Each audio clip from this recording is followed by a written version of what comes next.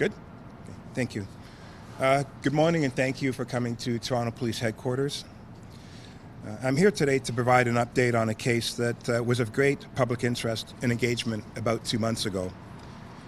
Yesterday, the Toronto Police Service arrested 4 individuals and charged them in connection with the violent abduction of an innocent 14-year-old boy as he was walking to school on March the 4th.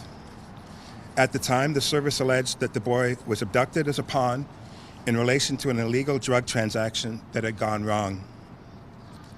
The service has confirmed that the young man was not and is not involved in any criminality whatsoever. The hard work of multiple divisions and specialized teams within the Toronto Police Service has led to the arrest of 4 individuals who we allege are implicated in the boy's abduction. So far, we have laid a total of 30 charges against these individuals, and I believe you have the names of those individuals, which include multiple charges of conspiracy to commit an indictable offense, kidnapping for ransom, forcible confinement, uttering threats of bodily harm, uttering threats of death, arson, and possession for trafficking cocaine and marijuana. We've also seized 1 kilogram of cocaine, 70 pounds of marijuana, $130,000 in cash, body armor, and multiple phones and electronic devices.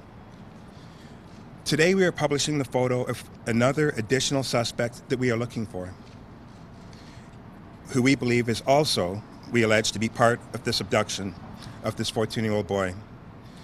As you may remember, the public and the media were extremely engaged over the approximate 48 hours when the boy was missing and when we were searching for him. We are again requesting the public support and the media support to help us locate this outstanding suspect. Our investigation is ongoing and continues to have the full weight of the Toronto Police Service in the interest of public safety. It is possible that there may be more arrests and more charges as we investigate. And finally, I want to commend the members of the Toronto Police Service at multiple divisions, including 31, 12 Division, 23, the Toronto Drug Squad, and the Organized Crime Enforcement, who have continued to work effortlessly in this case over the past 2 months. And I'd also like to thank the OPP for their help during the arson investigation. We'll continue this work, and we'll continue to arrest anyone that's involved in this particular investigation. I'll now take questions.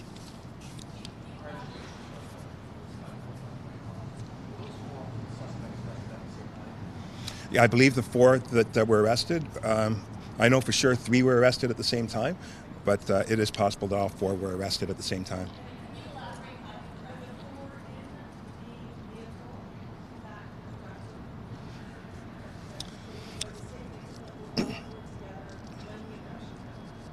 Well, I can't speak to the minutiae of that, but what I could tell you, what we're looking for are the people that orchestrated it, that ordered it, those that were actively involved in it, and those that were hiding the tracks behind it. So that's why I'm saying that there are maybe more arrests.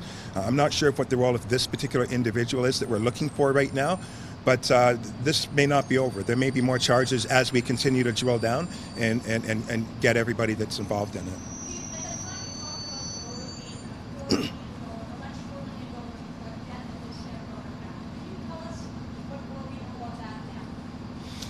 Well, you know, I can't really add more to it. This whole abduction piece precipitated off a drug rip, and the brother who was involved in that, allegedly involved in that drug rip, has caused the family to be in harm's way, which led to this abduction. But really, I can't give any more detail to that right now.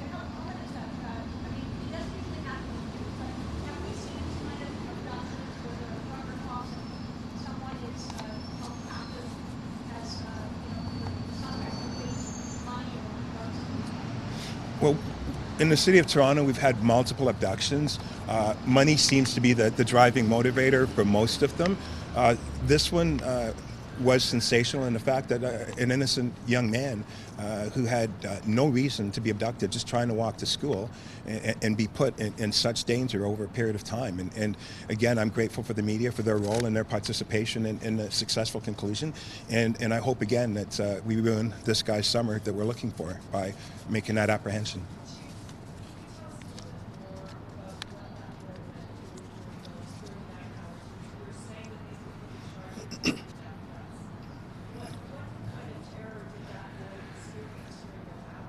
A lot. He went through a lot of terror, and out of respect for the family and this young man, I really want to pay focus on this bad guy that we're looking for. Like, I want all front sights pointed at locating this person to bring him before the judicial system. I can't imagine what it would be like to be not just that young boy, but also the family and anyone that has any feelings towards him. And it had a tremendous amount of impact right across the city. A lot of people had a lot of concern, a lot of worry, including some of the members involved in the investigation. It was a very emotional investigation for a lot of us. And anyone involved in this investigation, anyone that's involved from a criminal perspective, we want to make sure that we bring them before the judicial system.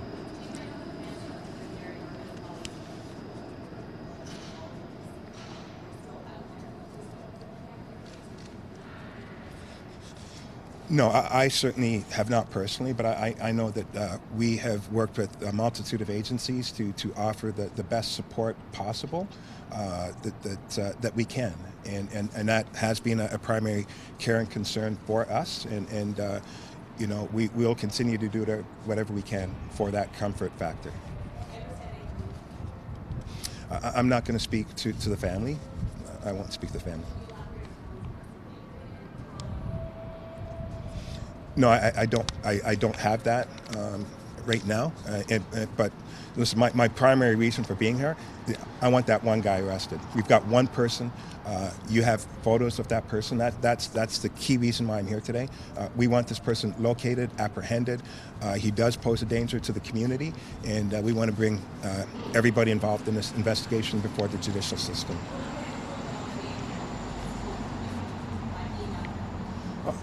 Well, being a party to an abduction, to me, is something that is serious. It obviously shows that people are willing to put other people's lives at risk for monetary reasons and or for personal reasons as well too.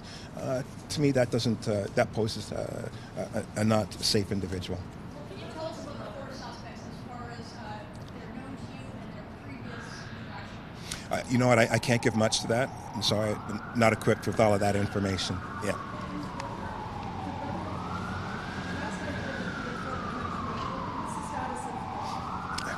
I don't know.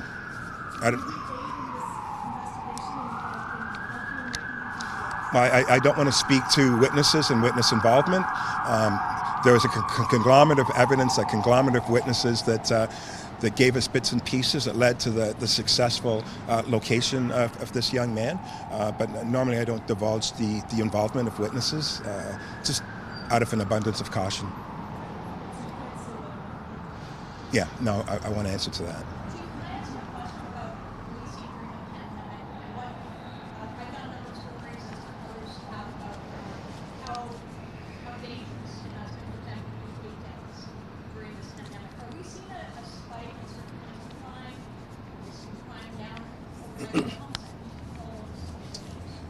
That's a whole lot of question to ask, yeah.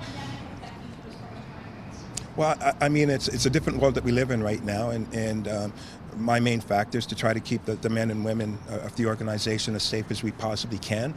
So listening to our chief medical officer and City Hall and the mayor and Chief Pegg that's in charge of running this whole thing, we're doing well from a health perspective. From a crime perspective, it is a little bit more difficult because we're compelling our men and women to break the physical distancing, the social distancing. So our role is to provide as much equipment and as much knowledge as possible so that we have the healthiest outcomes, not just for the men and women, but also for the people that we're in contact with on a day-to-day basis. Our crime, I'll wait for this truck to go by. When we speak to crime, break and enters have increased a bit, but I can tell you we have put tens of thousands of hours specific to the commercial residents that are closed. We've utilized and repurposed other members of the organization to assist in that as well. We've seen an increase in robberies. Robberies have gone up as well too. So we're at homicide number, I believe, 26 today. And I believe it's homicide 26. I think we're at 26 today. Well, it's early right now, so homicide is obviously taking carriage of this investigation. And so I don't have a whole lot right now other than, sorry. I don't have a whole lot to offer at this point in time. It's early, and I'm pretty sure homicide will make their comments as soon as they have enough to put out to the public.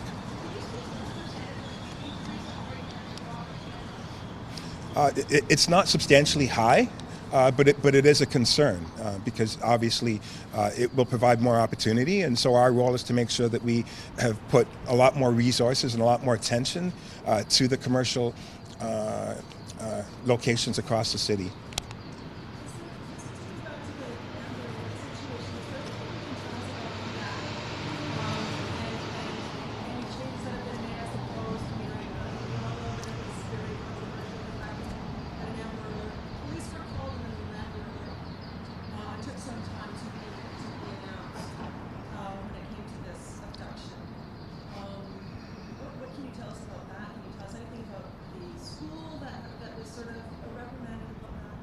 Well, I won't speak to the school board and what decisions they're going to make on the go forward. With the investigation itself, we had started the investigation relatively quickly. From the moment the first phone call came in, it was an active, ongoing investigation, which I think was part of the positive results at the end of the day.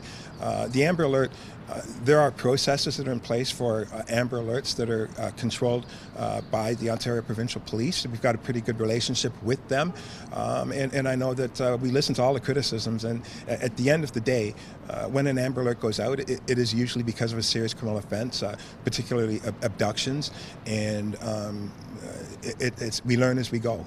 We learn as we go. Do you feel like that's Oh, absolutely. We had great outcomes because we took it serious right from the start. The processes behind it, good, bad, or indifferent, we forged through, and it was through a lot of great work, a lot of collective work that led to the successful conclusion. But we still have one person outstanding, and we hope to have him located sooner than later. If he hears this, which I know he will, because most criminals watch the news more so than good people, turn yourself in. Get a lawyer, turn yourself in, and let's put this to bed. So. No.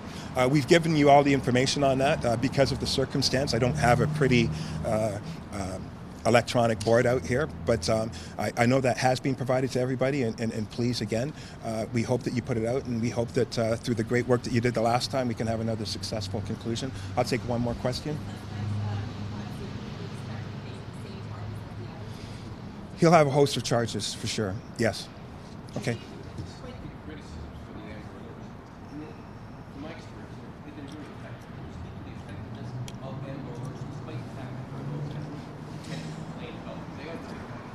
No, they are an effective tool because it really can suppress the movements of the suspects that are involved in real time. Listen, are there avenues for improvement? There always are, and these are things that we look at as technology advances and a whole host of other things. But again, speaking to this case, the case was done fantastically. I'm so proud of the men and women involved right across the city, and I'm really happy that the community stepped up and more importantly, that the media stepped up and really gave a huge opportunity for us to reach successful outcomes. So thank you so much for being here, everybody. Okay.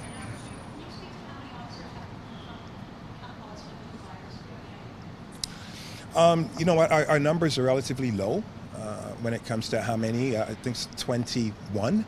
So that the numbers are very low over the 9 weeks. And again, it's through a lot of information sharing, a lot of knowledge and understanding and following the science behind this. And listen, we hope that we can make it through this as best as we can.